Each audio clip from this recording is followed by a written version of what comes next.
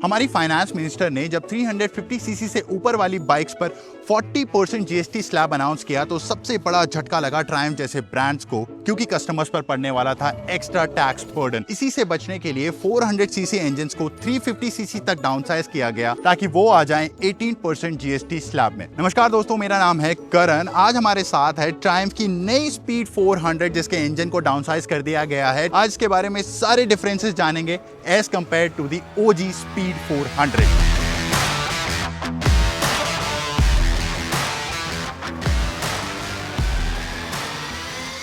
तो सबसे पहले हमें बात करनी चाहिए इंजन के बारे में, क्योंकि उसी में सबसे ज्यादा चेंजेस आए हैं।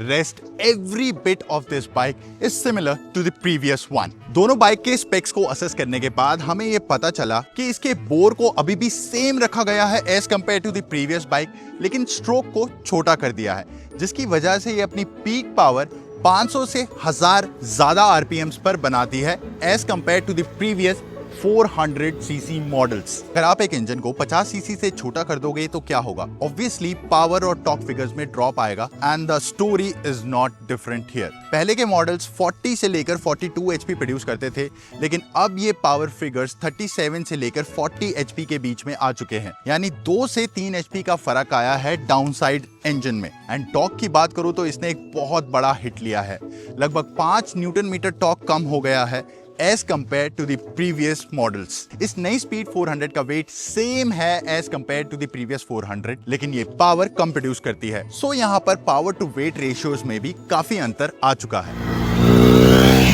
जैसा कि मैंने आपको वीडियो की शुरुआत में बताया कि इन इंजन्स को डाउनसाइज करने का सिर्फ एक रीजन है 18% टैक्स ब्रैकेट में आना। तो यहाँ पर ऑफ कोर्स प्राइसेस में भी फर्क आएगा। स्पीड T4 सबसे अफोर्डेबल रहेगी, starting at 1.95 lakh rupees ex showroom.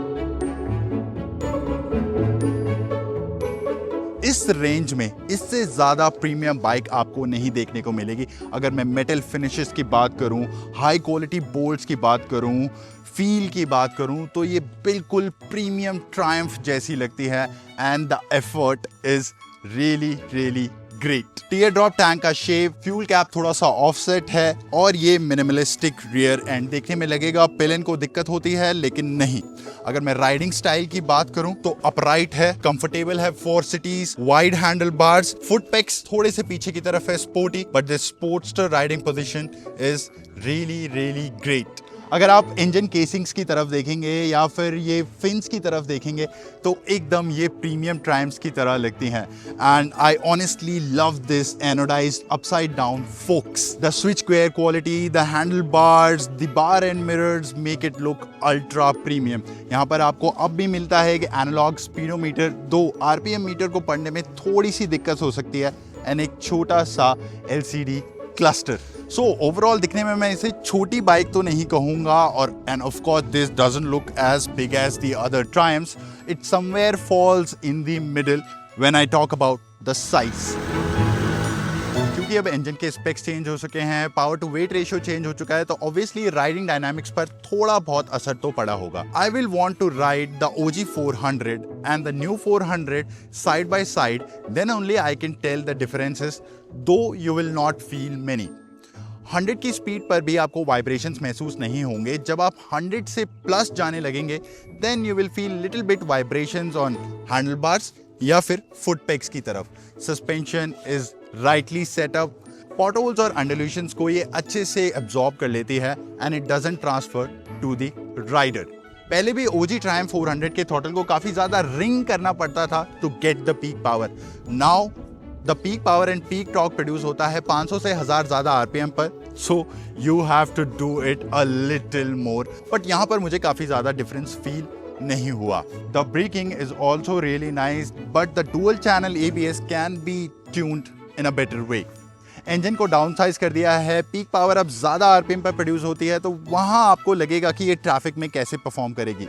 लेकिन आई वॉज सरप्राइज्ड, मैं बहुत ही ज्यादा सरप्राइज हो गया, क्योंकि 4th गियर में भी मैंने इसे 20 से पिकअप किया and there was no jitter in the power train. Competitors की अगर मैं बात करूं तो यहाँ पर आते हैं रॉयल एनफील्ड की क्लासिक 350 और होंडा की CB 350।